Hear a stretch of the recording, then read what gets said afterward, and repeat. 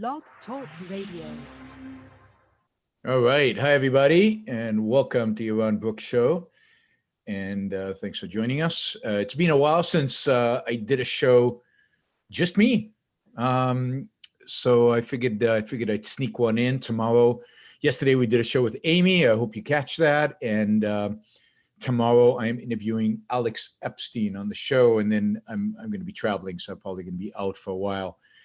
Probably until the weekend. Might be able to do a show while I'm traveling. We will see. So thank you all for joining us on this Sunday afternoon, evening, whatever it is where you guys are. And all right.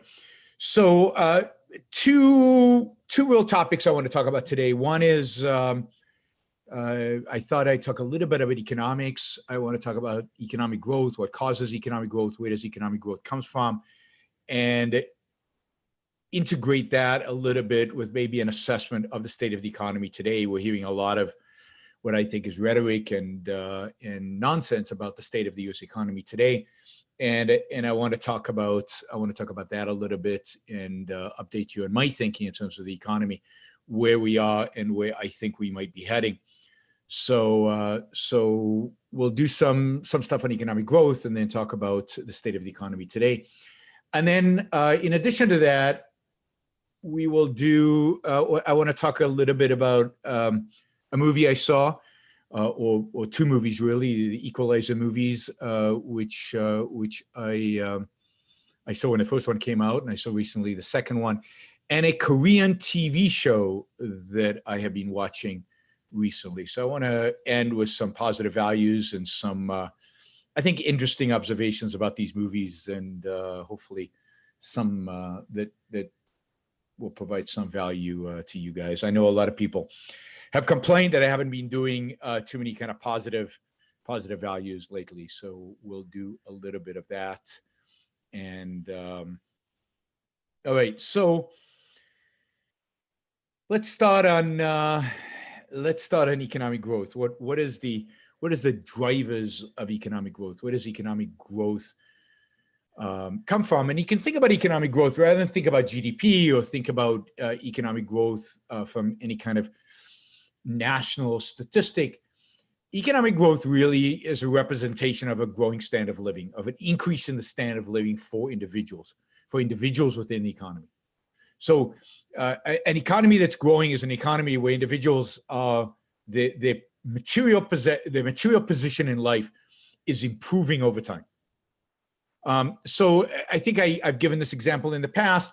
During World War II, based on GDP, gross domestic product, the standard measure of economic growth, the economy was growing because we were suddenly producing tons of tanks and machine guns and all the stuff. We took a big chunk of the male population, sent them off to war, and a lot of women entered the workforce, and there was a lot of production going on. But was there real economic growth?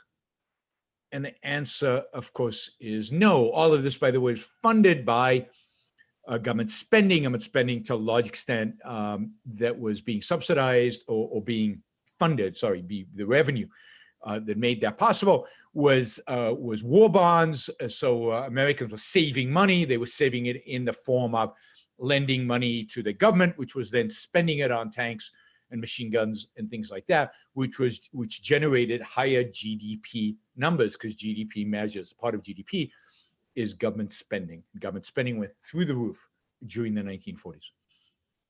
And yet, the standard of living of Americans, of most Americans, certainly of the Americans who were on the battlefields in the various countries in Europe and in Asia, their standard of living went down dramatically. The standard of living of Americans in America, their standard of living went down dramatically. There were shortages. It was a really tough time to live, to be alive. And yet GDP numbers, wow, fantastic. So there was no real economic growth. There's a huge fallacy out there in economic history that suggests that the Great Depression was ended by World War II, but that is bizarre. You don't end a depression. You don't create economic growth by blowing half the world up.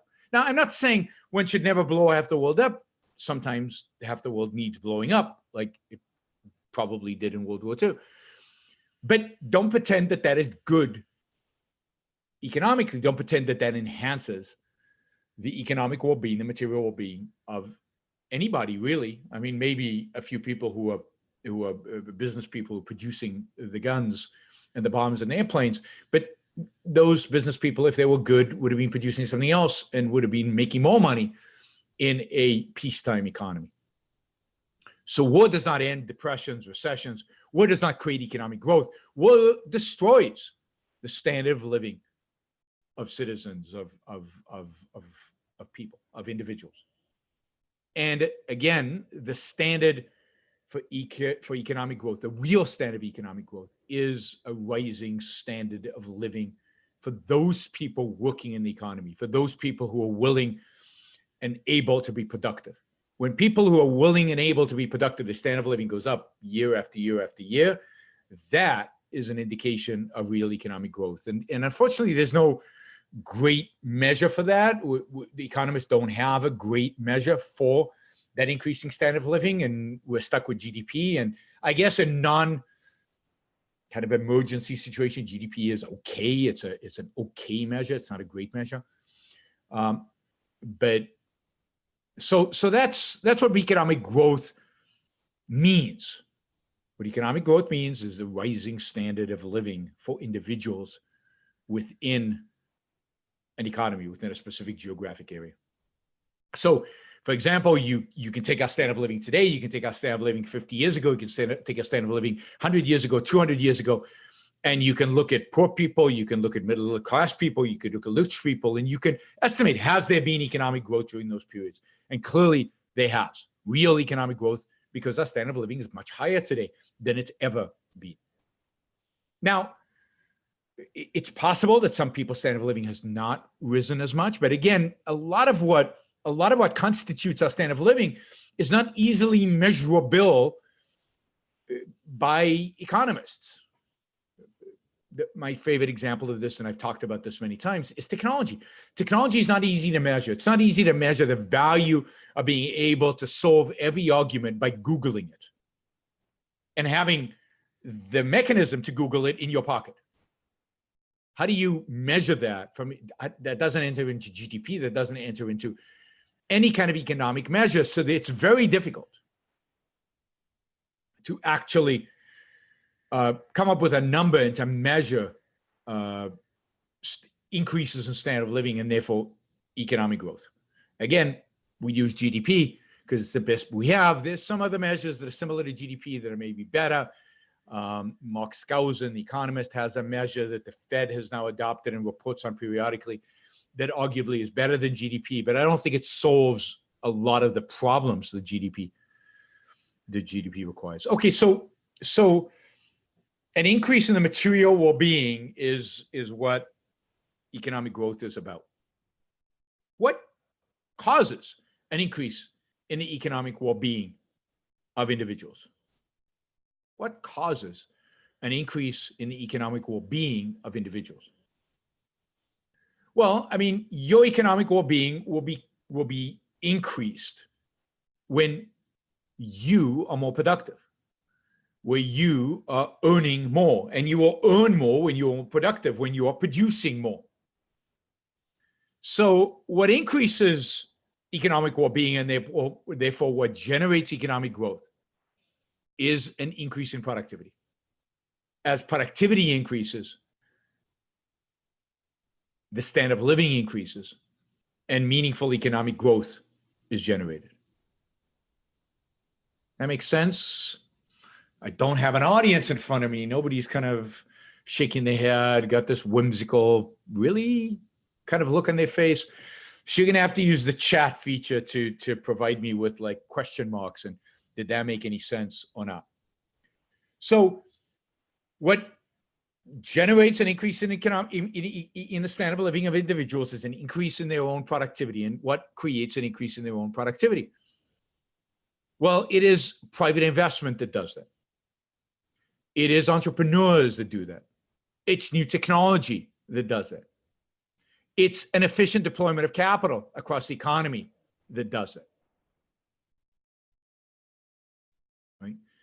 So your standard of living is going to go up when you produce more, right? When you produce more or you become more productive. And that is a consequence of private investment, entrepreneurship, new technologies that and a efficient deployment of capital, machines. Think of a machine. Think about making shoes by hand, and then the business owner brings you a machine, and now you can produce many, many more shoes with the help of the machine. Or the machine does everything, and you don't produce shoes anymore. But the fact that price of shoes has gone down creates other economic opportunities for you to be productive in some other area where you are now going to be more productive and therefore generate an increase in your own standard of living because the entire economy has grown significantly. So, and of course, the last thing that from an economics perspective has any significance is the fact that you consume or don't consume those dollars that you have now earned. Your productivity has increased and people consume the stuff that you make. That, of course, is the end game. That's why you're producing for the purpose of consumption. But it is the production, it is the producing that is generating the increased standard of living, your capacity to have an increased standard of living, because it increases the value of what you have. It increases the money. It increases your wealth, which then makes it possible for you to go and consume. And it also increases the availability of consumer goods, their quality, and reduces their price. So your standard of living is increased in two ways as productivity rises. Your standard of living is increased because you are now earning more because you are more productive.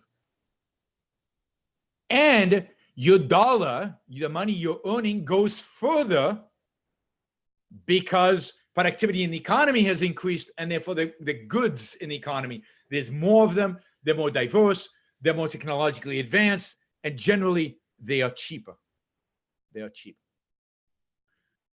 So it's not, again, not the amount of time you spend working. It's not the physical effort. It's not how hard you work. It's how productive you are, how much you make given an hour of work that you engage in. One of the reasons, for example, the Germans, by the way, are now richer than Americans. Germany on a per capita GDP basis is significantly poorer than America, and Germany would be like a middle of the road state in the United States but Germans are quite productive, right?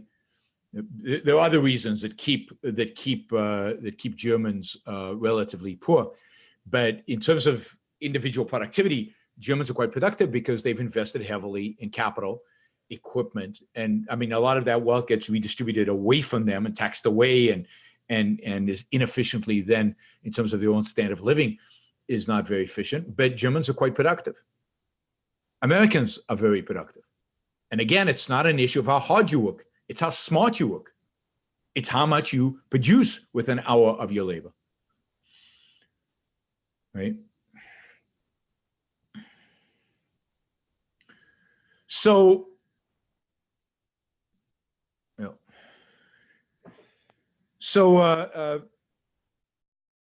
the fundamental driver of economic growth is increased productivity, which is driven by private investment, private allocation of capital, and new technology, which is again driven by private investment, by entrepreneurs. So entrepreneurial activity, both by individual entrepreneurs or by firms, is the primary driver of economic growth. Entrepreneurial activity is the primary driver of economic growth, of productivity growth, of economic well-being. Now, what is private entrepreneurial activity? What does private investment rely on? Well, if we look around the world, if we look at history, it's pretty standard, right?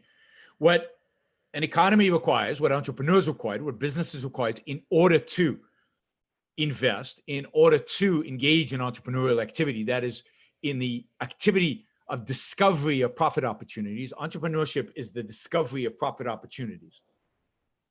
It's the discovery of, whether it's in a new technology, whether it's in a financial innovation, whether it's an innovation in the production process, whether it's innovation even in marketing.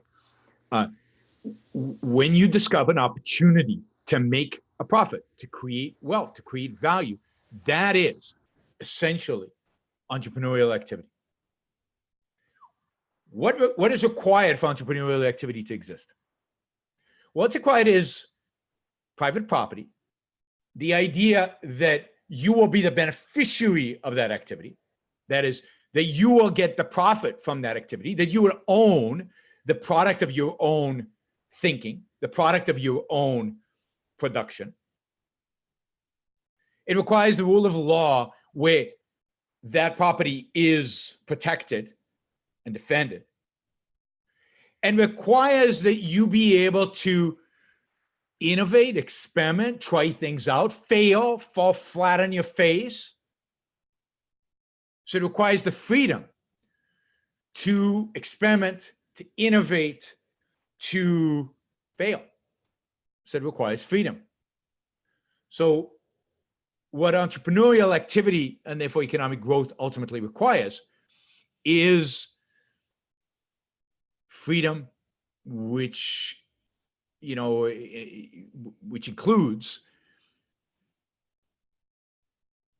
the idea of property rights and a legal system that protects those property rights. One of the reasons I think that anarcho-capitalism is a contradiction in terms is because anarcho-capitalism does not have those characteristics.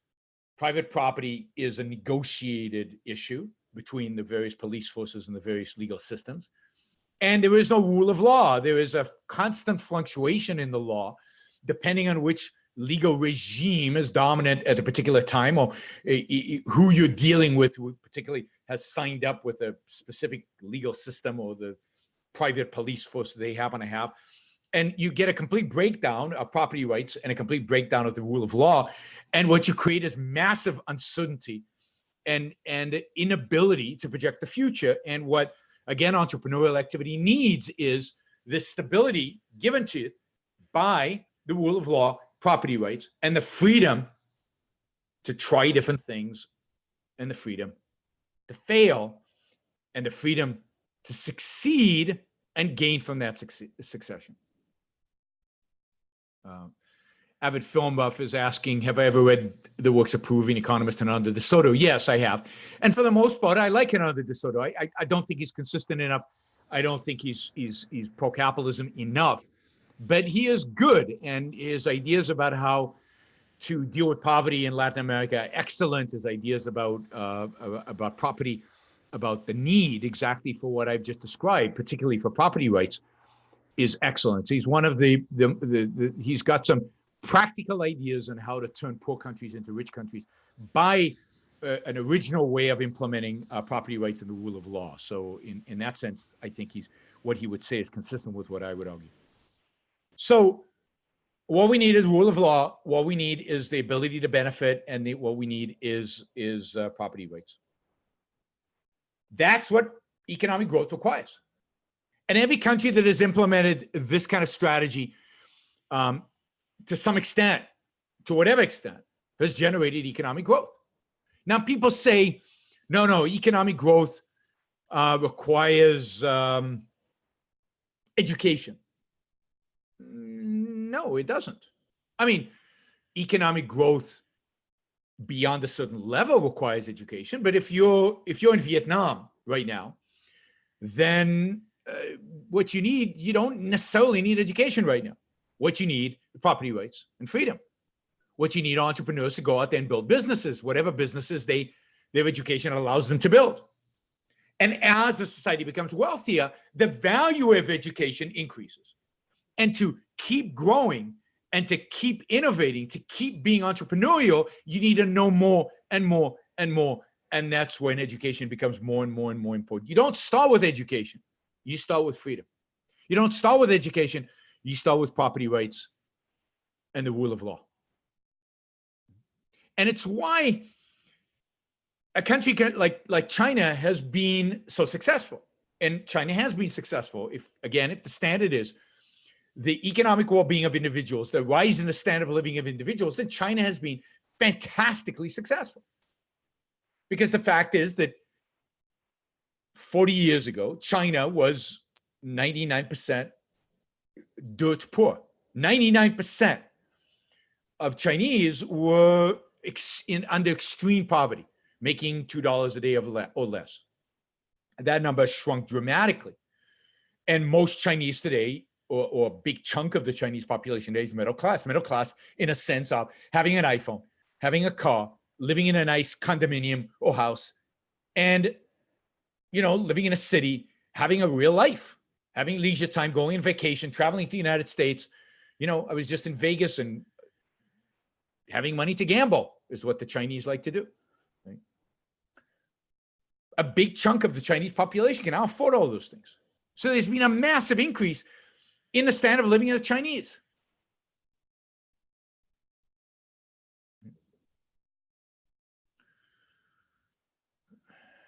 All right. Todd asks, why would anyone engage in productive activity if he cannot keep the potential benefit of his actions? Well, people don't, right? And the reason China has grown the way it has grown, has been successful in the way it is successful, is that with all the flaws China has, and with all the authoritarianism that exists still in China, and with all the limitations that the Chinese government places on entrepreneurial activity, the one thing they've allowed people to do is they've allowed people to keep the benefits of their actions. So you can be a billionaire in China. There are many billionaires in China. There are many millionaires in China. People have risen to the middle class. Taxes, indeed, on China are probably, I haven't researched this, but are probably lower than they are in the United States. I'm sure they are. And there's a lot less redistribution of wealth in China. Right? So, when people engage when the profits you're going to make from economic activity are taken away from you, you engage in less economic activity. And the more it's taken away from you, the more likely it is that you'll engage in less of that activity. So it's a pretty straightforward equation. And that's why it is true that when we lower taxes, everything else held constant, generally economic activity increases. Now, not everything else is held constant. That's the problem. And often that economic activity is not sustainable because, we'll get to it, government continues to spend huge amounts of money. So it sucks money out of the private economy in other ways, like taking on debt, which diminish productivity enhancement because there's less private investment. And again, government spending crowds out private investment. Brandon, I'm not going to answer your question right now because it's kind of off topic. Let me focus on the topic. I'll try to remember it. I'll try to remember it and answer it towards the end. I'm just writing it down.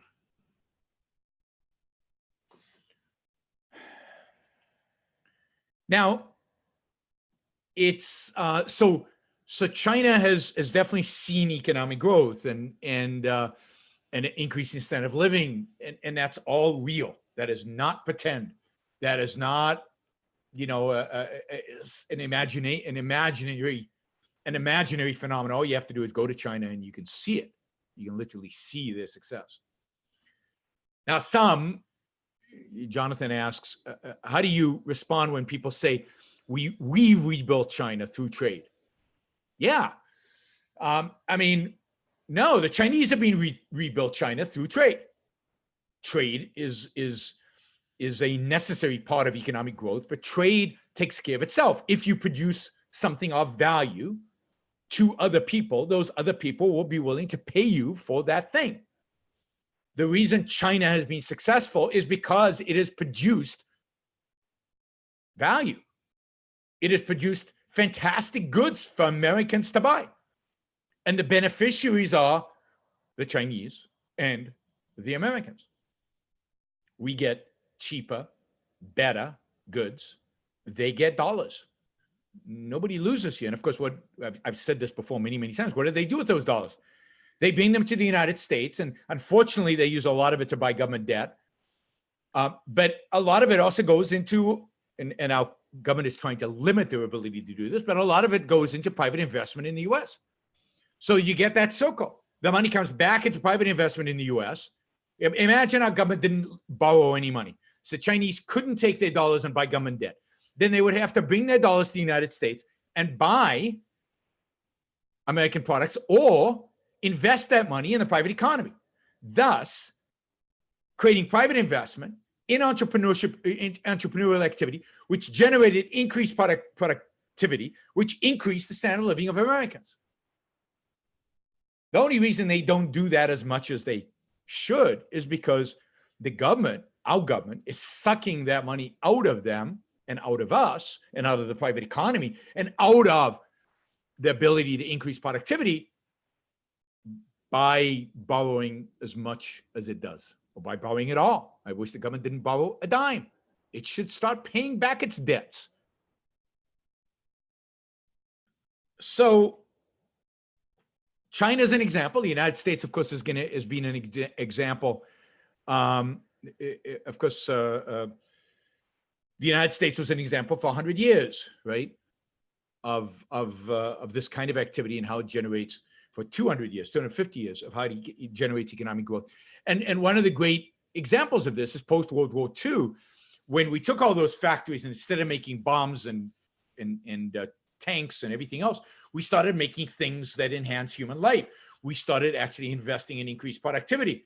And as a consequence of all that, standard of living rose dramatically in the 1950s and 1960s because we converted all that wartime effort into real economic growth, into real enhancement of standards of living. And of course, one of the things that really enhanced economic growth during the 1950s and 60s is international trade, is the ability of our ability to produce and to export that production. And for a long time, we were exporters, export that production to countries that needed it because they didn't have the productive capacity yet to start producing stuff. And then ultimately, countries like Japan started producing so much and so efficiently, so productively,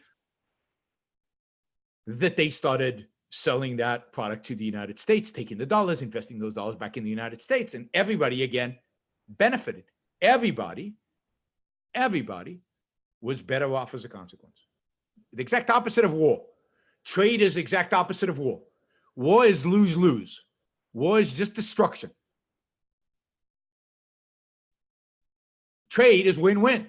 Everybody wins. Nobody is a loser. Nobody is worse off. And trade enhances productivity.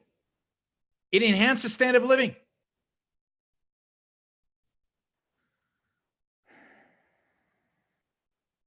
Okay. Now, so that is what causes economic growth.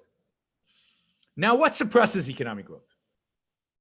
Well, any barrier to that process. So money taken out of the private economy and taken by the government is a barrier to economic growth. Because it is money that is not spent in increasing productivity. It is money that is usually just redistributed. It is money that is just consumed by government so-called investment, but government doesn't invest, government consumes. It is money that is now not allocated based on its ability, the capital, ability to increase productivity, but it is now allocated based on political considerations that have nothing to do with productivity. So every dollar you take out of the private economy and place in the government is a dollar taken out of the private economy, taken away from our ability to increase productivity, taken away from an efficient allocation of capital that increases standard of living. Now, it's true, you have to have a government. So some money would go to government because government would be providing the one service that it can provide, which is the rule of law, which is the police, the military, and a judicial system, which is required for the rule of law. So, and that is required because that is the base from which you can have private investment, productivity increases, and standard of living increases. You need that beginning. You need to have government. Government is not a necessary evil. It is a necessary good. You have to have a base. And that base is the rule of law, which necessitates government. So that amount of money is necessary for the rest of the wealth to be created. But beyond that, any dollar spent, any dollar taken by government beyond what is absolutely necessary for the rule of law, in other words, for the protection of individual rights, is a dollar that suppresses economic well-being. It is a dollar that suppresses economic growth. It is a dollar that suppresses private investment and increased productivity. So, taxes reduce productivity and therefore reduce the standard of living and therefore reduce economic growth. Borrowing by the government reduces private investment, reduces productivity, and reduces economic growth. Regulations. Regulations inhibit freedom. They inhibit one's ability to try, to experiment, to innovate, to fail, to learn. So regulations inhibit economic growth. Regulations and controls, or put it this way, before regulation, controls of the monetary unit inhibits economic growth, because now it takes away from our ability to know what money is worth, what a dollar is worth in the future. It creates massive uncertainty, which is reflected in the fact that interest rates for the future are much higher than interest rates in the present. It is it gives the government a tool to manipulate the economy in ways that any government manipulation does not enhance productivity. It gives them another tool to do that. So central banking is a massive cost on economic growth. And of course, probably the most damaging of all the regulations are the regulations on financial markets, because financial markets are crucial for economic growth. And if you want to understand that better, read my book with Don Watkins on financial markets, on finance, the Moral Case for Finance. And I will be on my podcast. There is a course that I gave. I think it's a 7-8 hour course or 7-8 unit course on the value of financial markets, the productive and moral value of financial markets that you can take. I'll be posting that on YouTube soon, audio only, so you'll be able to take that as well. So I'm not going to go into that, but financial markets are crucial to the allocation of capital, which is crucial to entrepreneurial activity, which is crucial to increase productivity, which is crucial to increase standard of living. So government actions, taxes, borrowing, regulations, and monetary policy all reduce economic growth. And the more of it there is, the more they reduce economic growth. And let me just say that tariffs are just a tax. They're a type of consumption tax. They're a discriminatory consumption tax. Because they discriminate. One of the, just from a purely economic perspectives, put aside moral perspective, but a purely economic perspective, if you're going to have taxes, they should treat all goods the same, because once you start treating goods differently, you are manipulating the economy. You are, again, in a sense, trying to regulate trade. You're trying to determine what trade is good and what trade is bad. If you're buying something for China, that's bad. If you're buying but why? From an economics perspective, tariffs and all barriers to trade should be zero.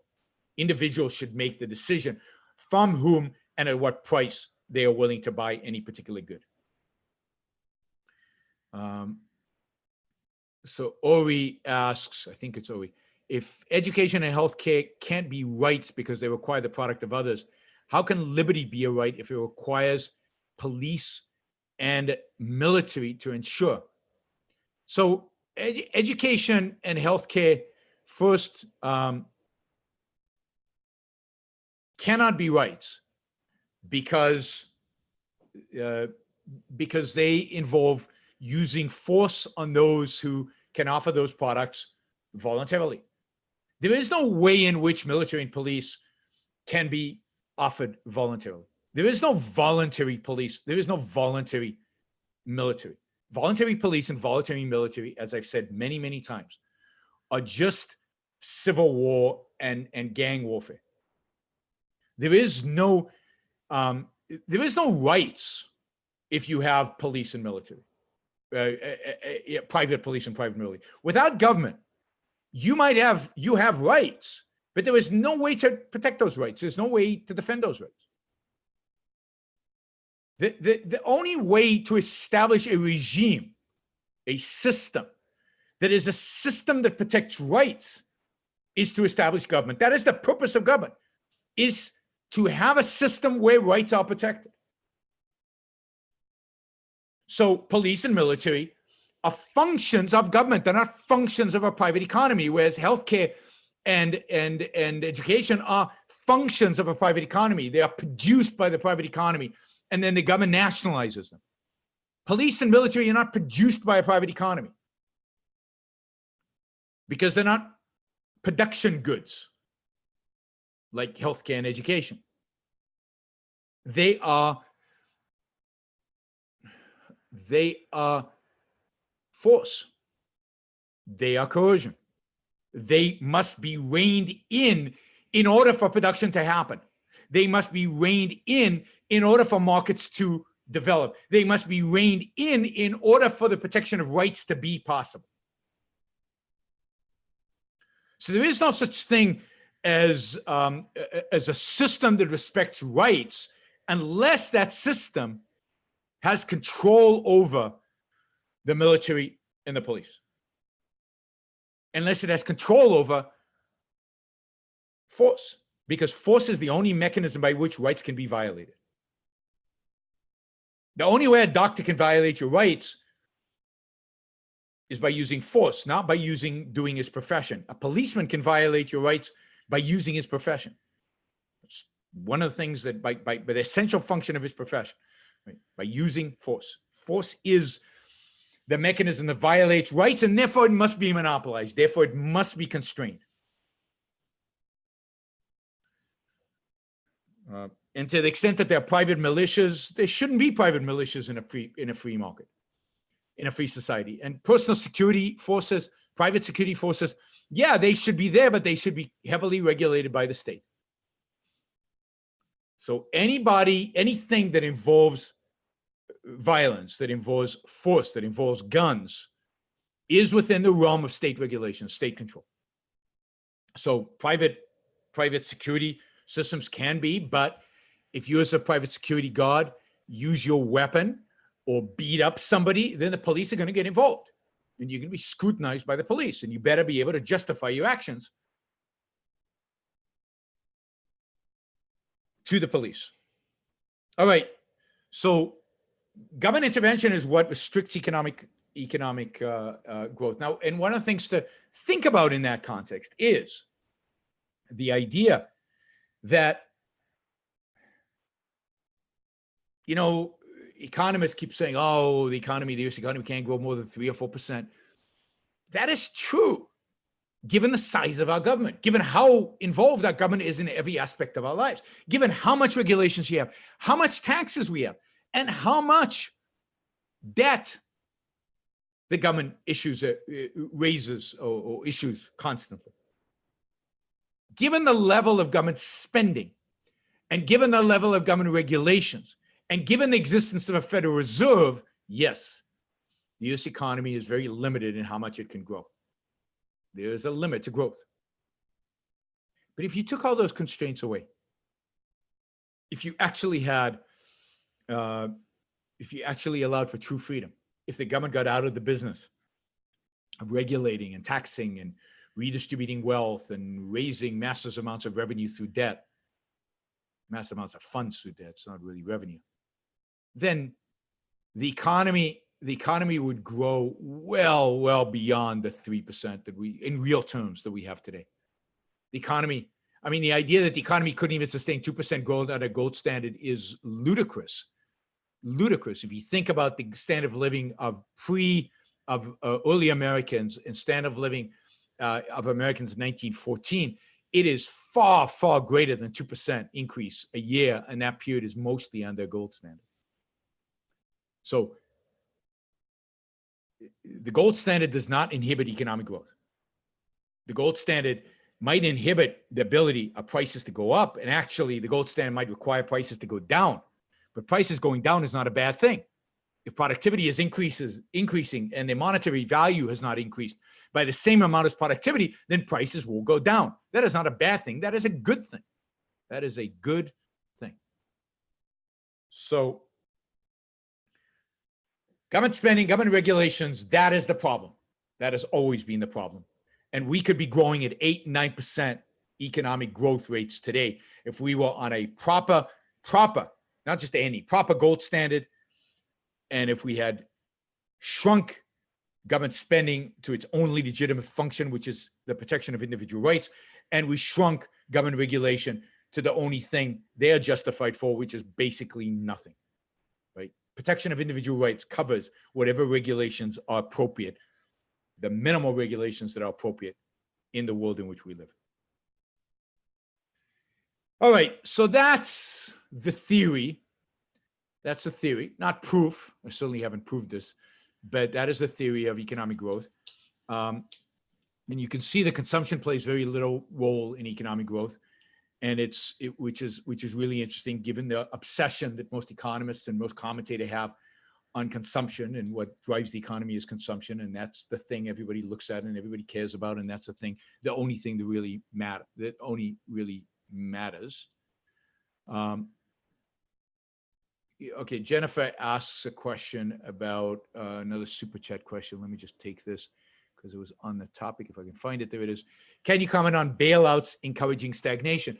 I mean, bailouts are a form of government intervention that limits the allocation of capital, makes it less efficient, makes that capital deploy to super risky activities, because now you have too big to fail, so you're going to be bailed out.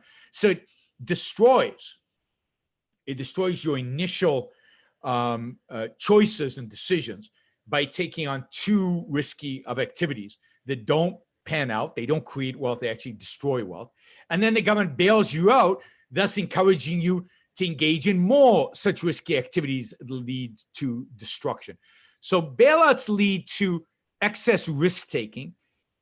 They also lead to a distortion in the allocation of capital. They also require the government to have more money, because now it needs the money to bail these banks out. So it must suck more money out of productive activities in the productive part of the economy to give to the unproductive activity, those companies that require a bailout. And all of that, what that does is slow economic activity.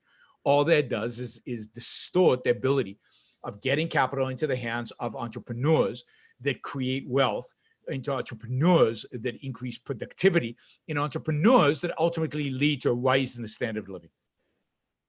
And again, one of the reasons I love Silicon Valley as much as I do, and I know many of you are so critical because, oh, God forbid, those Silicon Valley entrepreneurs are leftists. But the fact is that they are the people who are most productive in the world in which we live in today. They enhance my productivity more than anybody else, and I am in their debt forever.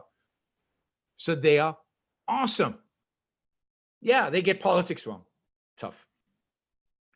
All right, so that's where we are. So let's see. What I want to talk about now quickly is what I think the state of the economy is today, given that discussion, where I think economic growth is heading from here. There's a lot of discussion about the wonderful Donald Trump economy, and I want to challenge that assumption that the economy is doing so wonderfully. Make some predictions, which is always very, very dangerous to do on YouTube or anywhere else, because you guys will come back at me and tell me and tell me how terrible I am. Somebody's asking about losing in trade. If you lose in a trade, then you lost in a trade. Why would anybody compensate for you? If you buy a car for $2,000 and it turned out the car was only worth $1,000, unless there was fraud involved, then you lost. Suck it up. Nobody owes you anything if you lost in a trade. But Most trades, 90+% of trades, are win-win. Otherwise, people wouldn't engage in them. And when you buy stuff from China, the reason you're buying stuff from China is because you choose to buy it from China because you think on a cost benefit basis, it's the best that you could do with the money you have. And if it's the best that you can do with your money you have, you're better off. The Chinese guy's better off, and trade is a wonderful thing. And the fact that there happens to be a border between you and the Chinese guys you're trading with is completely arbitrary and irrelevant. This is why the only, for that matter, the fact that the Chinese guy is getting a huge subsidy from the Chinese government, which makes it possible for it to produce it cheaper, is irrelevant. The only thing you should care about is the price. And the quality. And if the price and quality are good, buy it. And if you buy it, then your life is better off if you've done your evaluation right. And if your life is better off, there were no losers. You won. The Chinese guy won. Chinese economy might have lost, but it lost because of the subsidy, not because of the trade.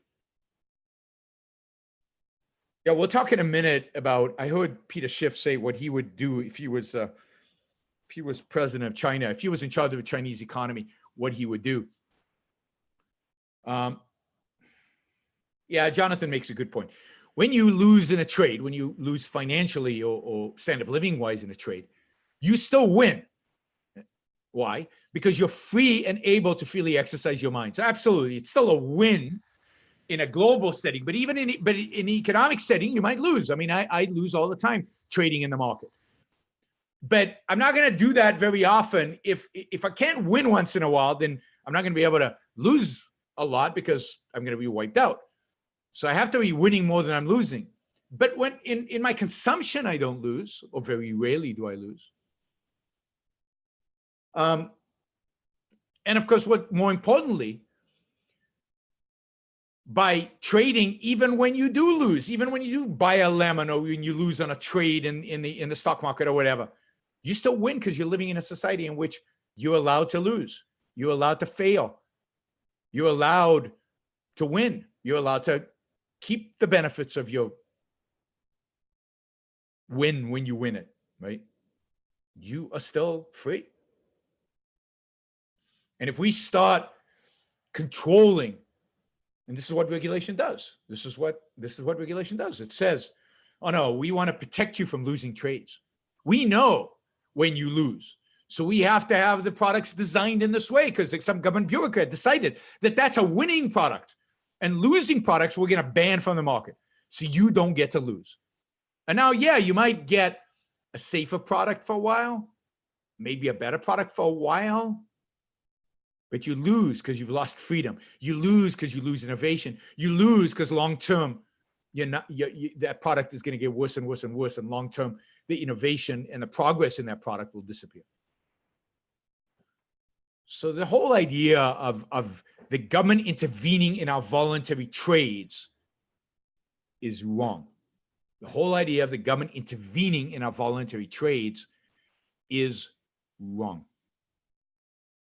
Okay, so what's the state of the economy today? Well, let's take these one by one and evaluate them and then make an assessment in terms of the state of the economy. So regulations. So first, we could do this relatively speaking to 5 years ago or 10 years ago, or we can do this relative to the ideal. So let's start with regulations, or let's start with the Federal Reserve. So the Federal Reserve exists, it distorts, it manipulates, it is a detractor in economic growth. Nothing today is different than it was 5 years ago, 10 years ago, 100 years ago. The Federal Reserve has always been, since it came into existence in 1914, a distorting factor in the economy. It has become more so since it got completely freed up from a gold standard, certainly in the 1970s. And it is a destroyer, and it is a net drag on economic growth. And nothing Donald Trump has done is made it any better. Indeed, his trying to manipulate it in whatever direction he decides is potentially very, very bad for economic growth, because there's no reason to believe politicians are worse at this than anybody else. And to give that power to politicians would be a disaster for the U.S. economy, create massive uncertainty, and probably lead to massive inflation. of our currency, devaluation of our currency. Yes, the Fed used to be in a gold standard. It was in a gold standard from 1914 until 1933, early 1933, when FDR, it was a pseudo gold standard. So they cheated. They cheated in the they cheated throughout the late 20s and early 30s, but they were technically on a gold standard. You could convert your dollars into gold. But in 1933, many of you don't know this, but in 1933, FDR, when he came into office, basically confiscated all the gold holdings of U.S. citizens, all the gold holdings of U.S. citizens. And you were not allowed to own, if you're an American, you were not allowed to own gold other than for jewelry from 1933 until 1971, when Richard Nixon made it legal again to own gold in the United States. And then from 1945 until 1971, the U.S. was again on a pseudo gold standard where American citizens couldn't convert their dollars into gold, but foreign governments could convert their dollars into gold. And this relates to what Peter Schiff said about China later, which I think was interesting. But so it was on somewhat of a gold standard. The U.S. had to behave, otherwise foreign governments would flood the U.S. with dollars, which is what happened in the end, and convert those dollars into gold, which is what the French did in the late 60s and early 70s, flooded the U.S. with dollars demanding to be paid in gold. Gold was flowing out of the U.S., dollars were flowing in. That plus other pressures led to that, plus the Vietnam War and the establishment of the welfare state, the Great Society, led to massive printing of money, which led to the inflation of the 1970s. Anyway, a little bit of economic history. So today we still have a Fed. Nothing's changed. That is a cap on economic growth. And also, because the Fed creates a business cycle, it also, creates these this pretense of economic growth, these bubbles, and then collapses. So it's sometimes hard because of the Fed's existence to tell where we are exactly, whether the economic growth we are observing is real or whether it is a figment of our imagination, a figment of the Fed's printing of money. It's very hard to tell. So it creates that uncertainty on top of it. It's just hard to tell if there's economic growth because of the Federal Reserve.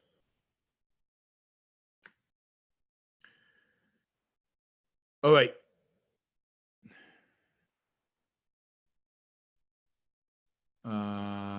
So what's wrong with dollars flowing in? It's not so much the problem with dollars flowing in is that in a normal environment, that wouldn't be a problem. But what the Federal Reserve did during the night, I'm going to give you a little bit of economic history here because people are asking, and I admit that what I said was a little confusing without more context.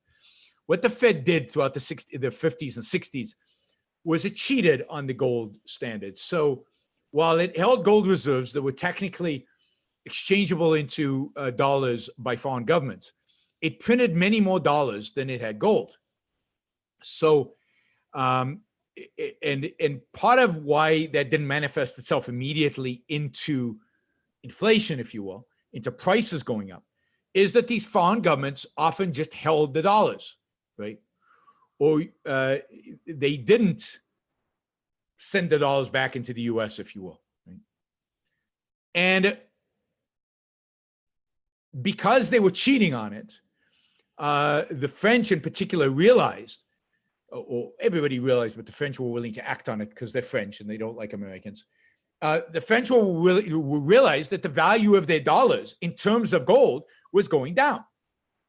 And that they, by exchanging the dollars for gold, were actually making money because the real value of the gold was much higher. So they bought the gold, the Fed continued to print money, but all the gold reserves were being depleted in the United States. And yet the money was flowing back into the country, which created inflation. More money, more dollar bills, more money chasing the same number of goods is what creates price inflation.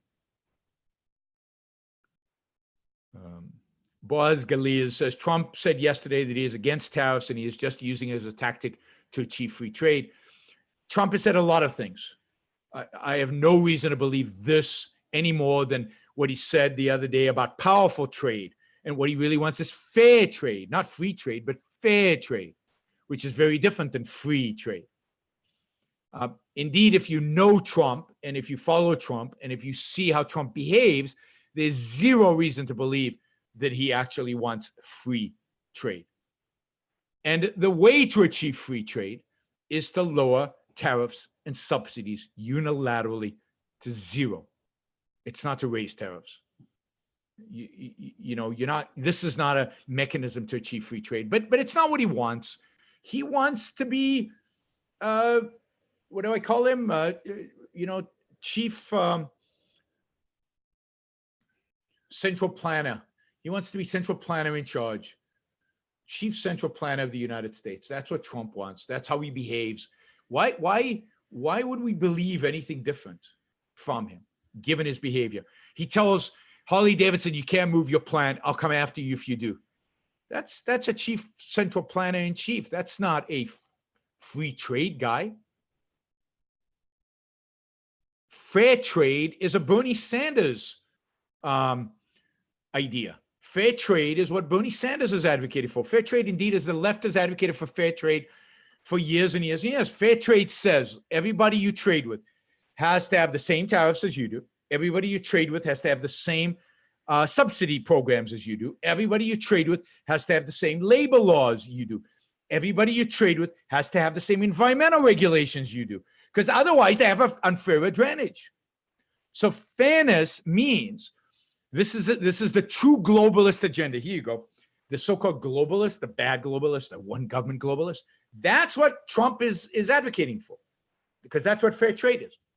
Fair trade is the idea that every government in the world should function based on the same regulatory, monetary, because they can't manipulate the currency, environmental, labor, anything else standards, subsidy. Everybody should be on the same standards. That's one world government. That's how the European Union got into trouble, because instead of the European Union just saying, you can trade freely across borders in European countries, they said, well, wait a minute, that we're not for free trade, we're for fair trade. So what fair trade means is we have to equalize the regulatory environment in all these countries in Europe. So now we have to impose regulations in all these countries. And then we have to impose labor laws in all these countries. And then we have to impose regulatory environment. And that's how Brussels became this central authority, central planners in chief, regulating all of Europe. All of it. So again, fair trade is anti-free trade. Fair trade is the opposite of free trade. The opposite of free trade. Free trade just means no tariffs. I don't care how you regulate in your country. It's none of my business. I don't care if you subsidize your industries. None of my business. I don't care what your labor laws in your country are. As long as you're not an enemy of mine, and as long as you're not a slave society, I don't want to trade with slave societies. I don't care. So, all right. So as I said, with regard to the Fed, it's a barrier in economic growth. Nothing's changing there. There's no reason to assume our economy will grow any faster than under Obama or anybody else, given the Fed. So that's one aspect of it. Government regulations. Now, here is where Trump can take some credit for improving things somewhat. Government regulations have been decreased somewhat, particularly by the agencies, particularly by certain agencies, not all agencies. So you would expect slightly higher economic activity, economic growth, higher standard of living, everything else held constant, because regulations have gone down a little. But regulations have not changed in dramatic fashion. Congress has not passed any bills dramatically deregulating industries. Congress has not passed any major laws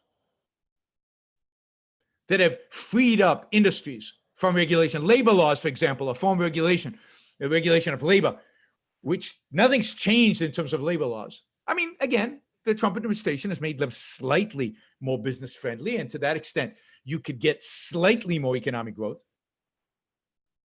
But you would have to do things like abolish the FDA. You would have to do things like abolish the FAA. You would have to do things like abolish most, if not all, of the 3-letter regulatory agencies out there. And to the extent there are only 4 and 5-letter as well. To really have a massive and substantial and sustained long-term impact on economic growth, you would have to literally deregulate, like we did in the late 1970s, which generated the economic growth of the 80s, which was we got rid of trucking regulations. We got rid of airline regulations. We got rid of regulations on a lot of finance, on trading, on brokers, on a lot of things like that. Massive chunks of the US economy were freed from regulations. We got rid of regulations of telecommunications. AT&T, breaking up of AT&T was a massive deregulatory action. So it's, in order to really have economic growth right now, you would have to have substantial, big deregulation action, getting rid of big slices of regulation. As far as I know, this administration has done none of that. Yeah, beer was there. Jonathan beer, right? Jonathan says beer was deregulated back then. It was. And look at all the microbreweries we have today.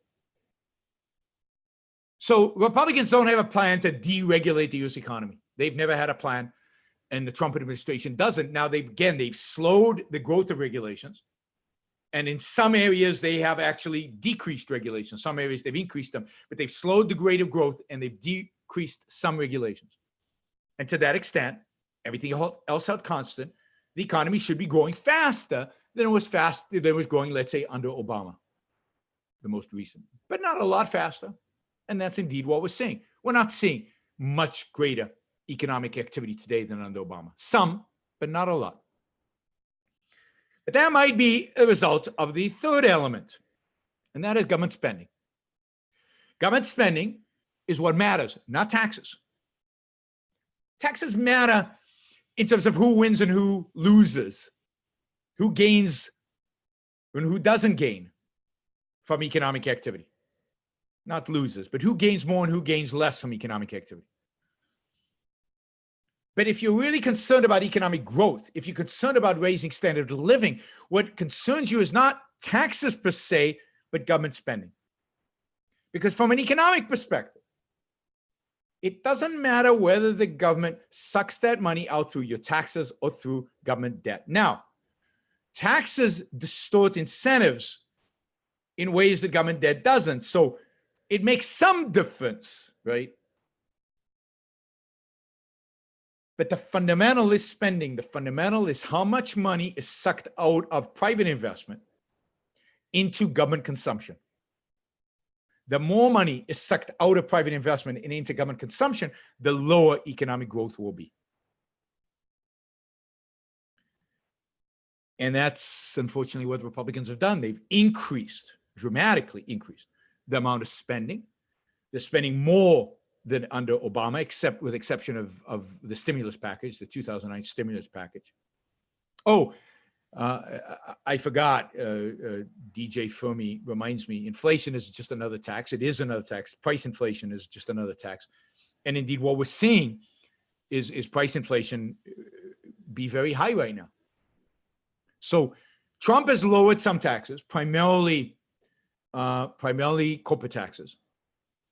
He has raised some taxes, primarily income taxes for wealthy Americans who live on the coasts where there are high state taxes.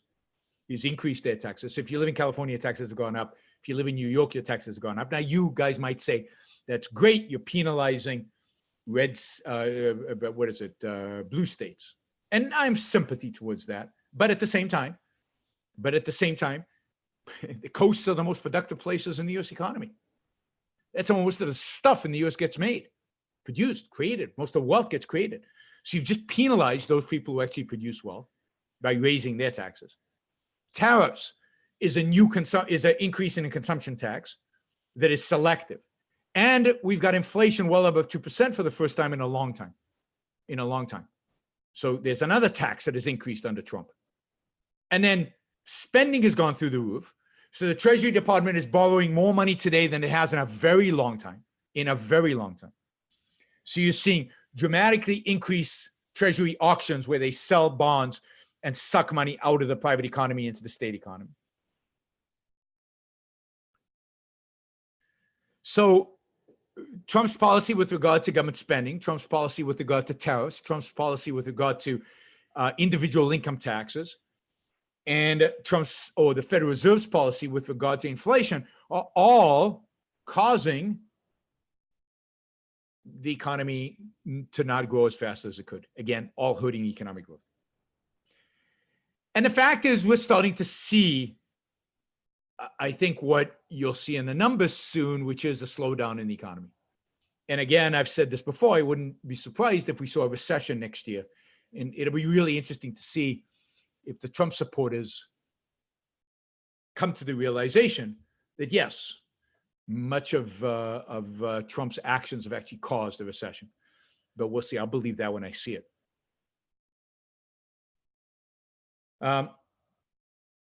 So right now we've got a high CPI, a high consumer price index. We've got stagnant wages. Wages are not going up. Real wages are actually in decline. So the latest numbers I've seen suggest that inflation is outpacing wage growth for the first time in a long time. International trade is on decline. Also, the economies of China and much of the developing world are slowing down significantly, which is not good. If they slow down, they buy less stuff from us. They buy less stuff from us. And in addition, because of tariffs, we potentially buy less from them. Although, interesting fact, here's a fact for you. The trade deficit, as reported for last month, has grown 7%. So under Trump, if you take out oil, because we suddenly became a net, if you take out oil through our history, because we've gone from importing huge amounts of oil to exporting huge amounts of oil. If you take out the effect of oil, we are running the largest trade deficits in history under the Trump administration. And my expectation is that tariffs will have the opposite effect of what he expects. It will actually increase the trade deficit, won't decrease the trade deficit. And partially that is caused by the fact that the value of the dollar will go up. And as interest rates go up, the value of the dollar will go up. And that makes it easier for Americans to purchase more and more and more foreign goods. So international trade is slowing. Other countries' economies are slowing, which projects into the United States because the world is very, very, very interconnected. Consumer spending is slowing, which reflects the fact that wages maybe are not going up, that productivity indeed is not going up, that therefore people can't afford as much to buy. And because interest rates are going up, people can't fund their consumption with as much debt as they could in the past. So it's more and more expensive now to pay off your loans.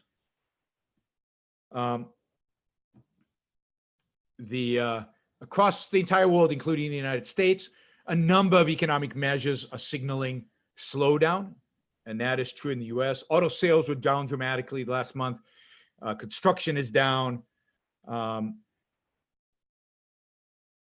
I see every reason to think that our economy is slowing, and if the Fed continues to increase interest rates, because it's going to do that because inflation seems to be high, CPI is quite high, then you might have this double whammy of rising interest rates as we go into recession, which you know, this isn't going to be like the end of the 70s, but stagflation. We have both inflation and stagnation. But I believe we are experiencing long-term stagnation in this country. I think there's no reason to think that's going to change. I think stagnation is going to continue under Trump. I don't think he's doing much to change that. Again, deregulation is good, but it's too little. It's not substantial enough. It's not deep enough. And everything else he's doing is countering the deregulation. So tariffs and increased government spending is countering that. So I wouldn't be surprised if we're going to see a slowdown in the U.S. economy at the rest of this year and potentially a recession in 2019 or early 2020. I don't think we've entered a golden age of Donald Trump economics where the economy will just grow and grow and grow. We had economic growth last year because of the change of regulatory regime. I think we extracted as much as we could out of that. But I don't see where that goes from here. I see the economy on a global sense and in the U.S. slowing down significantly. And, you know, they will until we do a number of things. And it's funny because other countries have done this. Take Sweden. People always say, Sweden is an example of successful socialism. Well, no. Sweden has been successful since 1994 by cutting government spending and lowering regulation. Canada, since 1994, has cut government spending, cut in real dollar terms. They actually spend less money by the government. And the economy's done okay. So if you want economic growth, we know how to do that. You have to cut government spending. You have to stop borrowing. So you have to get a balanced budget, or actually you need a surplus so you can start paying it back. And you have to dramatically cut regulations, not tinker with regulations, but dramatically cut them. And you can only do that through legislation. You can only do that through legislation. Now, if you do that, then you can get 4, 5, 6% economic growth on a consistent basis. But these Republicans are not going to do that. Donald Trump certainly is not going to do that. And I would cut tariffs to zero. Cut tariffs to zero. Across the board, uniformly on all goods, steel and everything. And I would do that through Congress. And I would change the powers of the president so the president had no powers to increase tariffs. Zero powers to increase tariffs. This should be a congressional thing. Congress is in charge of interstate commerce, if you will. Congress is in charge of determining what tariffs should be, not the president. So I would take that power away from the president and return it to Congress. That's how you get real, sustained, substantial, long-term economic growth. All right. I hope you enjoyed that. I hope you got something out of it. I'm still, if you want to ask questions, you can still ask questions right there. World Trade Organization has a 2.5% tariff. 2.5% tariff is good. It's low. I prefer zero. And I'd say U.S. should unilaterally have a tariff of zero and let the WTO match the U.S. and force other countries to do the same. Oh, I did want to say this. Somebody's asking, is China going to lower their tariffs? If they were smart, they would. Not because of U.S. pressure, because that's the right thing to do. You want to reduce taxes and you want to reduce distortionary taxes. And tariffs are incredibly distortionary on the economy. So China should lower their tariffs, not because Donald Trump says so, not because Donald Trump is forcing them, but because it's the only economically viable policy. It's the only economic policy that makes any sense. So China should lower their tariffs to zero. Every country should. And Peter Schiff suggested what China should do is China should sell all its treasury securities. It owns over $1 trillion of treasuries. It should use the dollars that it gets. It should do it slowly because it doesn't want to change the prices too much. It should use the money that it gets to buy gold. So use all the dollars the Chinese economy has today to buy gold, and then use that gold to dollarize, to fix the exchange rate between gold and the yuan. So the yuan goes on a gold standard and becomes the stable currency of the world. And that would have unbelievably positive economic consequences to China. Now, that's not enough. China still has to deregulate its economy, has to stop the central planning. It has to stop the state-owned businesses. It has to privatize in dramatic fashion. But just that move, if the Chinese were really smart, if the Chinese wanted to dominate the U.S. from an economic perspective, all they would have to do is convert their economy into a gold standard. And the best way to do that is to sell their treasuries, secretly sell their treasuries, and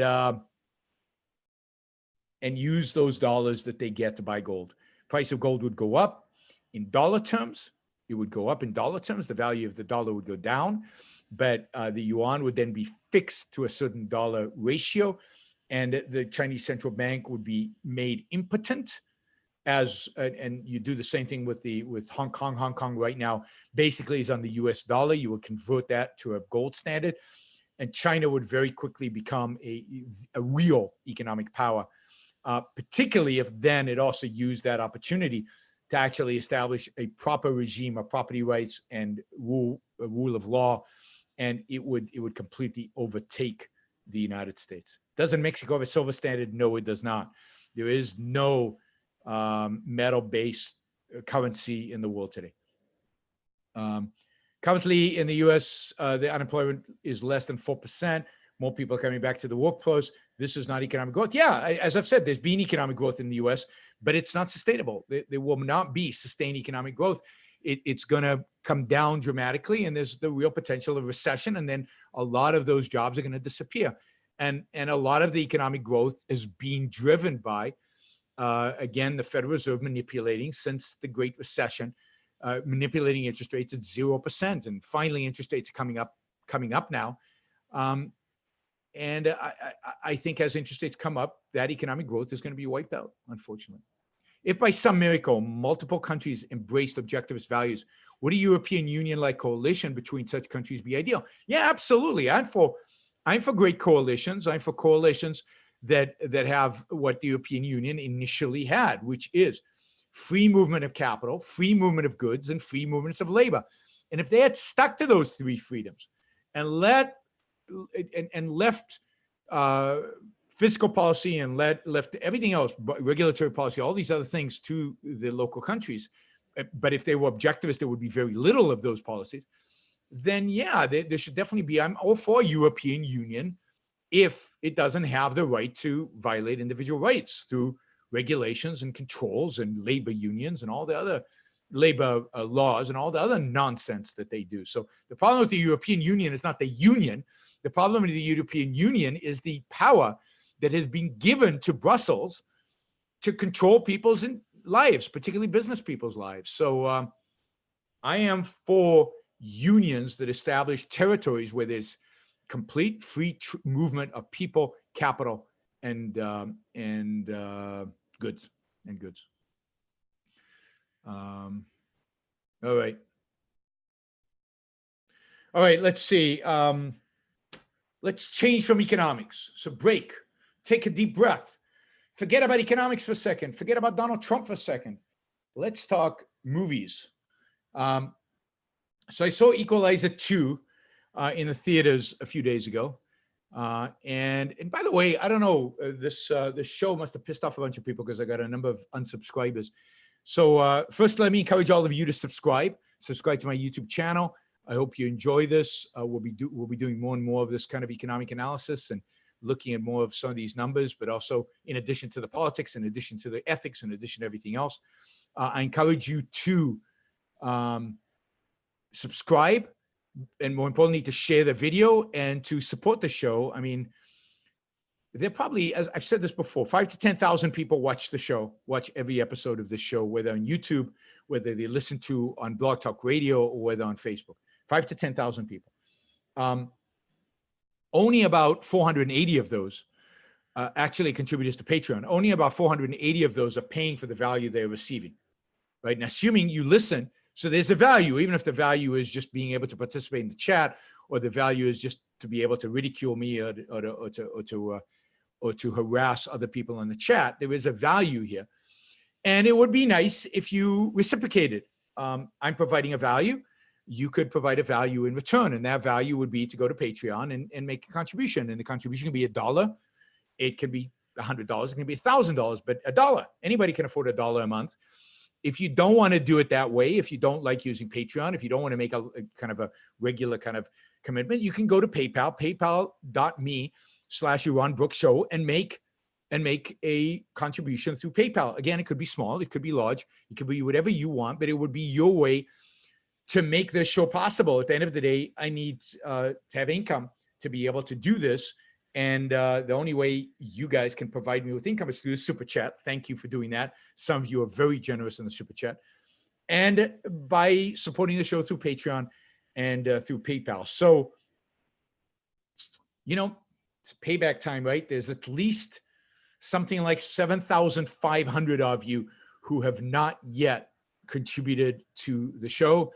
And I would appreciate if you did that and make me feel good about the fact that I'm talking to people who actually value my time and value what I'm producing and what I'm creating and are willing to pay for it, even if it's just $1. So yeah, take care of yourself. $1. That's all I'm asking for. But yeah, I understand some of you can't afford it, and it's fine. And I'm not going to stop doing this because some of you can't afford it. But of the 7,500 people, my guess is there are more than 480 who are the current supporters on Patreon who can afford to support the show. So please do so. Again, at whatever level you can. There are a few people who do it by PayPal, but not very many. So we're still at less than 500. Less than 500. Of course, you can pay by questions. So that is fine as well. Although I have a feeling that YouTube takes a big chunk of these super chat. I need to investigate more closely where all this money that I raise through the super chat actually goes. Because when it shows up in my pay in my bank account, it seems to be a small amount. Very strange. All right. Let's see. Oh yeah, movies, Equalizer. So a few years ago, I can't remember, about 2 years ago, I saw Equalizer 1 movie. And partially I went because I like a good action movie. And partially I went because I love Denzel Washington and I love watching him. I think he's a phenomenal actor. I often go to movies that I don't like, but have Denzel Washington in them because I just like watching him do his craft, and that is act. And of course, the best testimony to an actor is when you don't notice he's acting. And that's the case, I think, with Denzel. He's just probably of his generation, one of the best actors of his generation, and I enjoy watching him. So I went to see Equalizer for those reasons, but I found the movie actually really, really good. For an action movie, it's probably my favorite action movie of the last few years. It certainly is 1,000 times better than any of the superhero action movies whose themes are weird and who rely on magic, for lack of any other better word, in order to execute on the themes, and they're full of altruism. And this is a movie about justice. The theme of Equalizer is justice, and a man who is committed to justice and will not stand by idly when injustice is committed, and has the skill and ability, not of a superhero, but damn close, to stand up for people and help people, not out of a sense of altruism, but out of a sense of righteousness, out of a sense of doing what's right, helping good people, people he cares for, people he cares about. And it is truly a fun and elevating experience to experience that. And it's a fun action movie because it's suspenseful and it's exciting. And it has all the characteristics that an action movie should have. But it also goes to the personality of the hero. It has characterization. He's not a two-dimensional, flat superhero who, meaningless. Well, with the exception maybe of the Dark Knight trilogy that had a certain element of romanticism. But The Equalizer is a romantic movie. He chooses who to help, and he chooses to help people. And he's very selective in terms of who he helps and who he doesn't help. And he is a real hero. The second movie, which is almost as good as the first, I don't think it's quite as good, but it's almost as good as the first, is again a phenomenal movie. It also has a theme of justice, but it adds onto the theme of justice. So thematically, it's actually a better movie because the theme in the second movie is you're in control of your own life. Your choices are yours. In a sense, the theme of Equalizer 2 is free will. You can shape what you do in your life. You make the choices to be a good guy or a bad guy. Choice is not made for you. It's not circumstances. There are people from the same circumstances who make radically different choices. It's not circumstances. It's choices. It's your personal responsibility to make the right choices because the right choices are good for you. You don't die in the end. Right? So I thought both movies were quite philosophical in that sense. They had real themes. They also were, what do you call it? They also were, so they're philosophical, also well-made and exciting. Yeah, I mean, Equalizer 2, I think, has difficulty getting going in the beginning. But it's once it gets going and once a theme becomes clear, it's terrific. And yes, I know Denzel Washington in the book is reading Ta-Nehisi Coates. And yes, I know Denzel Washington in the book actually recommends Ta-Nehisi Coates to somebody, but who cares? The theme is the theme of individual redemption. The theme is you are in control as an individual of your own fate, no matter. And there's actually a scene in which Denzel Washington character tells this young black kid, don't make excuses. It's not because of the white man. It's not because of your mother. It's not because of where you were grown up. It's your choices. It's your decisions. So choose wisely. You will determine your own fate, not all these other things. So there's an explicit rejection of the Ta-Nehisi Coates kind of attitude of black people can't be successful because the white man is suppressing us. It's explicitly rejection of that entire agenda. So it was terrific. So I highly recommend. Equalizer and Equalizer 2. If you want to have a fun time, they're fun movies. And if you want to see a real hero, a hero who chooses to be a hero, not a dark hero, not a, an anti-hero, a hero, an unapologetic hero. The movie doesn't apologize for it. It doesn't ridicule him. It doesn't create special effects that make him look completely ridiculous and absurd. It doesn't require to be a hero. It doesn't require special, supernatural skills or talents or abilities. He's just a well-trained killer who is making the right choices, killing the right people. And that's romanticism, and that's exciting, and that's fun. And I certainly enjoyed the movie. So I encourage you guys to, somebody says Ragnar, Denzel should be Ragnar in Atlas Shrugged. I like that. I like that choice. He's a little old now to be Ragnar, so I don't know if it'll work, but I like the choice.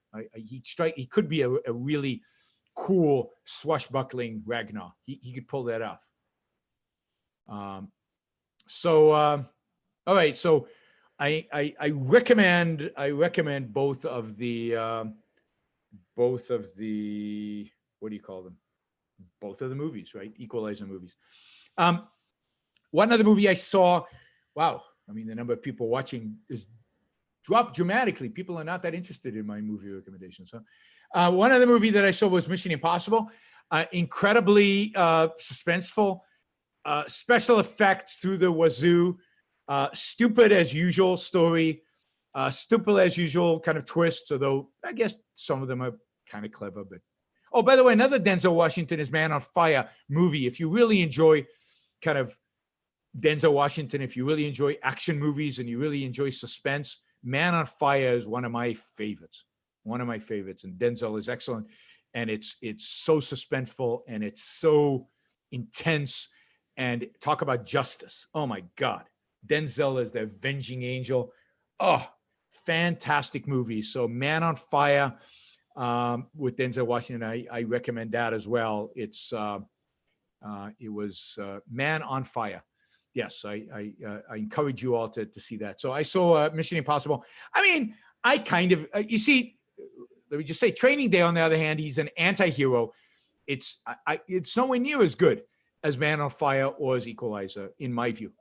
Now, he won an Oscar because it's an anti-hero, because our culture values, rewards, and gives high ratings to anti-heroes. But a real hero like an Equalizer or like Man on Fire, nah, you don't get any credit for that. He'll never win an Oscar for that, and he'll never be nominated for anything for that.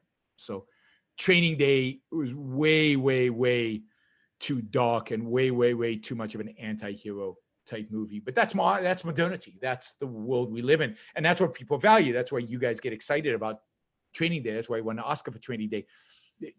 Oscars are rarely won by positive movies, by movies with heroes, real heroes, not anti-heroes.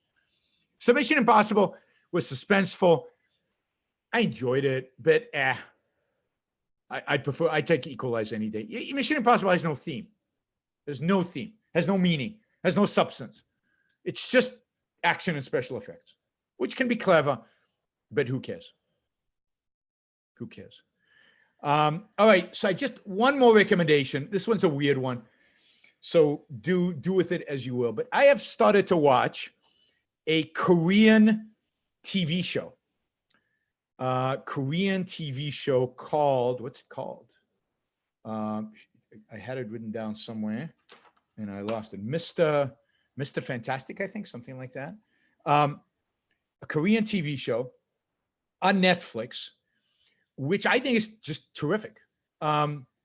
It's super romantic both in terms of a love story and in terms of people are making choices, people are making decisions. There's an arc to the characters. You really get to know the characters. They're motivated by multiple complex, issues. It's deeply emotional, and it is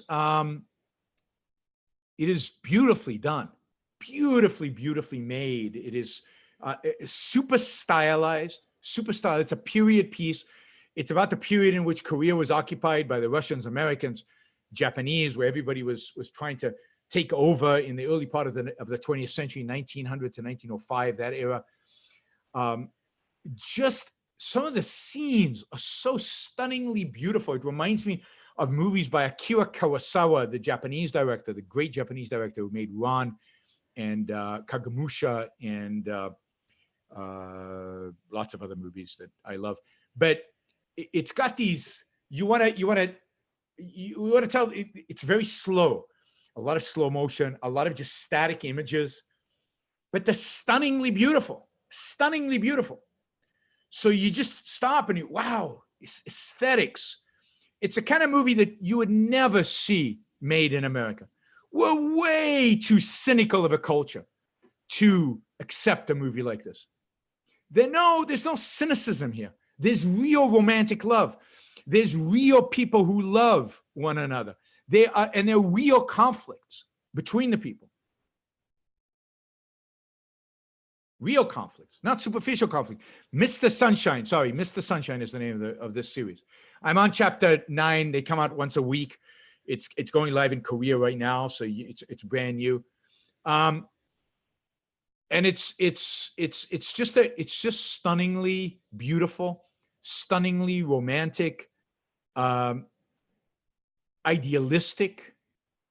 Everything the opposite of what American television is about, or what American movies for the most part are about. If somebody says, I'm surprised you like Ran, it's pretty pessimistic. I love a lot of movies that are pessimistic and dark. Ran is based on Shakespeare, on King Lear, and I love Shakespeare, and everything Shakespeare does is dark. And, except the comedies. And I love Shakespeare. I mean, it's great art, and Ran is great art. I mean, yes, it's pessimistic. Yes, the theme is horrible, but it's great art. So this goes back to the point about loving great art that has evil themes. But Equalizer is, I don't know if it's great, but it's good. And it has a good theme. Mr. Sunshine has really good themes. It's beautifully, stunningly made. And I hope it has a happy ending. We'll see. It's on Netflix. It's you can see it right now. It's with subtitles in Korean. And it's I think most of you will hate it because I don't think you have the patience for it. And I think a lot of you are just too cynical for it, unfortunately. I love movies from the 1930s and 40s and 50s before American cinema got cynical. I love comedies of Ernst Lubitsch that are about, happy, good people that are funny. You've got to, somebody says, I like This Land Is Mine. That is a movie I recommended years and years ago. One of my all-time favorite movies is called This Land Is Mine, but I'll talk about that another time. Right now, I'm talking about Mr. Sunshine, and I go see it. And I'm curious what you guys think. I'm curious. I mean, if some of you drop me a note or drop me something, just letting me know what you think of it, that would be terrific because I'm curious. Maybe you'll make me more optimistic. If more of you like it, then I'll be more optimistic. Granted, again, Mr. Sunshine is an optimistic movie. Why? Sounds like I'm too much an optimist for Mr. Sunshine. Mr. Sunshine is an optimistic movie, and a beautiful one. And there are three men in the series who are all in love with the same woman, and they're all interesting characters. All three of them, and there's a conflict between them. And of course, she loves one of them, but she's engaged with another one, and the third one has a lot of power. So really interesting. Okay. Stefan thinks I should give There Will Be Blood a chance. I'll give it a chance. I'll give it a chance because I like Michael. What's his name? The actor. And Sam says this, which is nice, and we'll end with this. But try out Equalizer, but more importantly, try to make Mr. Sunshine one of my real joys these days. In that, I've got one other question. Let's see if I can find it. It's about empathy. Should one have empathy to people who are irrational? And bad things happen because they're irrational. No. If somebody's irrational, then I have no empathy for them. If somebody makes a mistake, then I have a lot of empathy for them. If somebody has an accident, then I have empathy for them. But if somebody is irrational, and as a consequence of the irrationality, bad things happen, no. I mean, it's unjust to have empathy. Empathy is understanding. You can't understand the irrational. You can't accept. You can't embrace the irrational. Empathy is about understanding and embracing, and so bad things happen to people who are irrational. Yeah, that's what's supposed to happen. That's what reality is all about. Okay, we'll end with this. Hey, Yaron, just wanted to pay my compliments and thank you for your work. Enjoyed the interview with Dale Stevens. I think that interview was excellent for those of you interested in psychology, in brain science, and where the science is, and free will, and all these questions. Dale is pretty amazing in his knowledge. Looking forward for his and Gina Gorlin's return. I'm sure they will both return, and excited for Alex Epstein too. So I'll be interviewing Alex tomorrow at 5 p.m., I think 5 p.m. Pacific time. There's a possibility I'll be a little late for that one, so it might be 5:30, but we'll try for 5. So I encourage you to listen in tomorrow at 5 p.m. to my interview with Alex. I remind you again to subscribe to my YouTube channel and to, most importantly, share any video you like. If you see something you like, if you see something you think other people would benefit from or enjoy, then please share it. That's how you grow. The only way for me to grow is for you to help me grow by sharing. And then, of course, please support me financially through Patreon or through PayPal. And wow, we've gone over an hour and a half. I plan to only do an hour today. And go see the movies. And go see Mr. Sunshine on Netflix. And let me know what you think. Bye, guys. Have a great of the rest of your weekend. Just a little bit left. Bye.